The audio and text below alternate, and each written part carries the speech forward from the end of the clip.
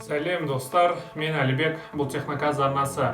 Бүгін бізде жаңаша видео, яғни распаковка. Біздің алғашқы распаковкамызда Samsung Galaxy A30s.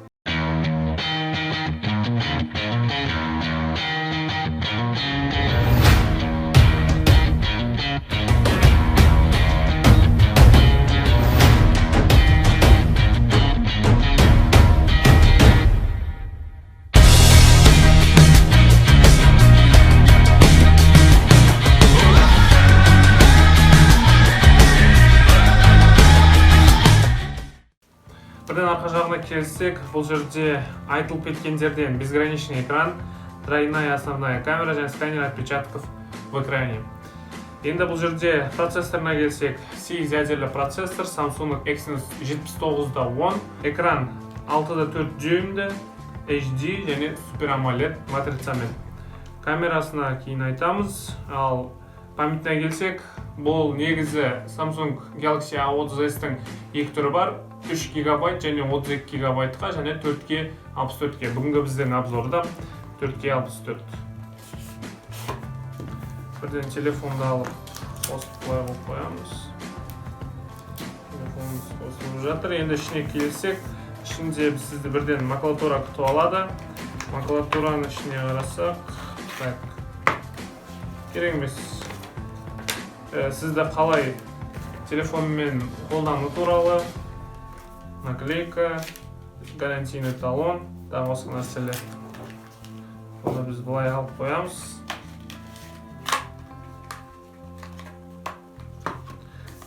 Және ішінде бұрыннан келе жатқан Samsung-тың кәдімгі наушниктері, USB Type-C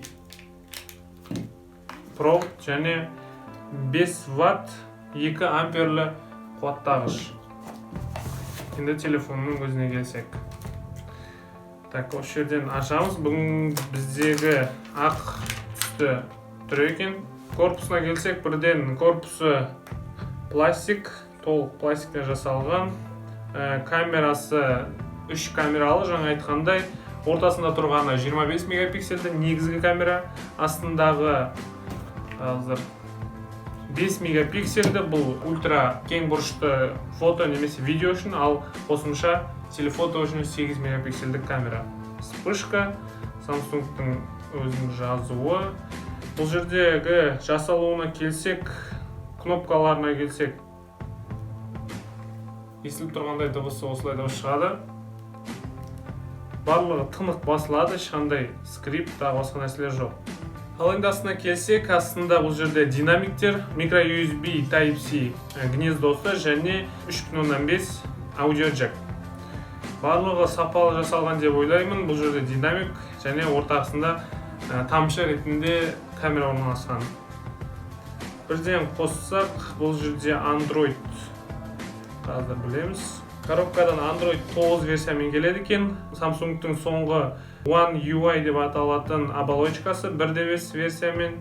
Енді бірден камерасына келсек, бұл жерде жаңа айтқанда 25, 8 және 5 мегапиксельді камералар. Камераны бірден тексеріп көреміз.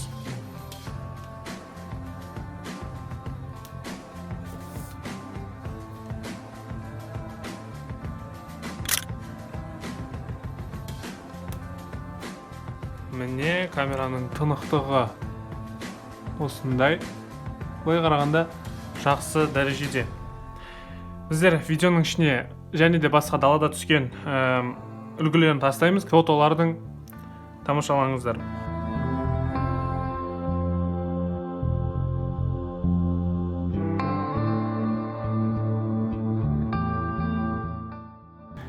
Дәл қазір Samsung Galaxy A30s-тің камерасын түсіріп келе жатыр. Разрешениесі Full HD 1920x1080. Стабилизациясы осылай, ондай жақсы дәрежеде емес. Жалпы видео осылай. Енді біздер алдын ала установка қылып қойған ойынымызды да процессор жағын тестлеп кетсек.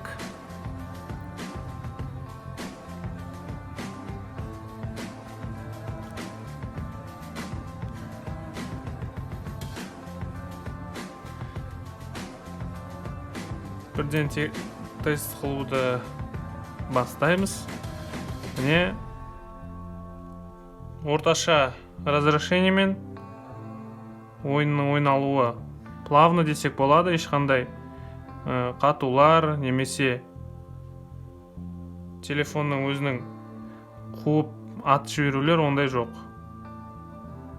Жалпы процессорда бұлай қолдануға, ойын ойнауға орташа деңгейде шыдайды.